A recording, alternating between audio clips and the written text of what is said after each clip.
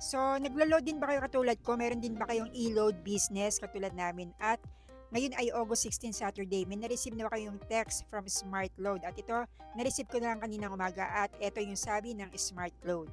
So, ito ang sabi ng text kanina na na-receive ko sa Smart Load. Ang date ay 16/08/2025, ang oras ay 8:01 AM. Ang sabi, ka-partner, mawawala ng 3G network sa area mo. Upgrade your retailer SIM now para hindi maantala sa pagbenta ng load kila suki. Libre lamang ito sa aming Smart Load authorized agent at pinakamalapit na Smart Store. Maaaring makipag-ugnayan sa aming retailer hotline *333 for details. So yun nga, nung nabasa ko yung text, medyo nagulat nga ako kasi para bang ano to? Mawawalan ng signal na 3G, ganyan to. Para bang nano ako na, 3G ba yung signal dito sa area namin dito sa Bulacan? At usually nga, di ba pag nakaka-receive tayo ng text from Smart or Globe, tungkol sa ano yun, magkakaroon sila ng maintenance, ganyan.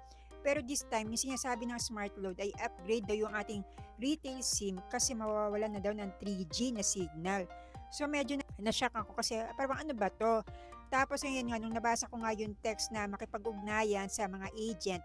So ang ginawa ko kanina, nagpunta ako dun sa tindahan kung saan ako naglo-load ng aking pang-smart na load. Tapos tinanong ko nga sila kung paano ba gawin. Tapos pinakita ko nga sa kanila na ito nga yung message, ganyan. By the way, ito nga pala yung aking ginagamit na pang-load sa Smart. Ayan, TWC na in-order ko dito sa TikTok shop. At ayan, less than 500 pesos lamang to. Dual SIM po ito. Pero parang smart lang ang nilalagay ko dito. Kasi yung isang SIM card ko ay nasa isang phone. So, and by the way, so pinakita ko nga ito. And then, wala pala silang na-receive na message na ganito. Kasi yung palang SIM card nila ay upgraded na, matagal na. Pero ako, ngayon ko lang ito nabasa.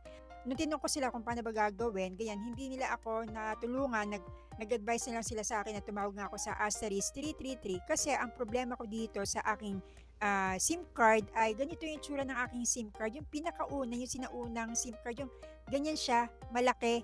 Hindi siya yung triple cut na SIM card. Kaya ang problema ko, na paano ko i-upgrade yung SIM card ko at i-connect ko dito sa aking iPhone or sa iba kong touchscreen na cellphone kung hindi naman siya triple cut kundi ayan no, yung pinaka sinaunang SIM card ika nga. So ayun, and then sa kanila pala na upgrade na kasi ayun daw, nagpunta nga daw sila sa Robinsons Malolos. Parang ewan ko kung nagbayad sila pero parang pinalitan yata yung SIM card nila at ayun, siguro lahat ng mga contacts nilipat do sa bagong SIM card nila. Sa akin, sabi ko nga, ba't ko naman papalitan yung SIM card ko samantalang registered na yung mga SIM card ko kasi di ba nagkaroon tayo ng SIM card registration. Ito, yung mga SIM card ko kahit luma na to, yung pinakauna talaga to mga 2017 pa yata itong mga SIM card ko. Nang hinayang naman akong palitan Tapos ayun nga, hindi nga nila ako natulungan. Nagsuggest na lang sila na tumawag nga daw ako sa *333. At ayun, kanina lang, mga bandang 8 o'clock. So ang ginawa ko, tumawag ako sa *333. And then, doon naman, nagulat naman ako na upgraded na pala yung aking SIM card dito sa Smart ko. Upgraded na siya nung chinek nung kausap ko. So, kumbaga sabi nga yan, don't worry dahil nga po, upgraded na po yung SIM card nyo. Kaya doon sa mga mag-i-inquire sa *333, ang unang tinanong sa akin ay yung pangalan ko and then ano yung ginagamit kong number pang load. And then, kailan ako huling nagpa-load sa aking load wallet.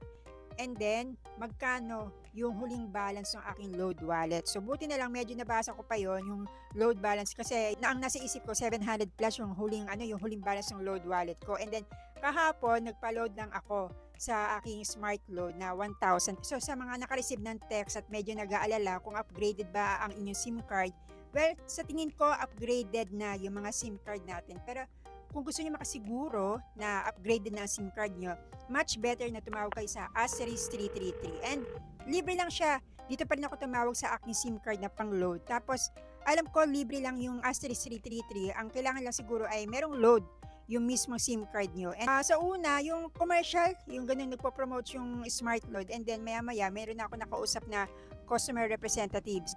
Madali lang siya, sandali lang akong nakausap at very accommodating naman yung nakausap ko. So, ganun lang siya kadali. Kaya huwag kayo masyadong magpalit sa mga naglo-load dyan.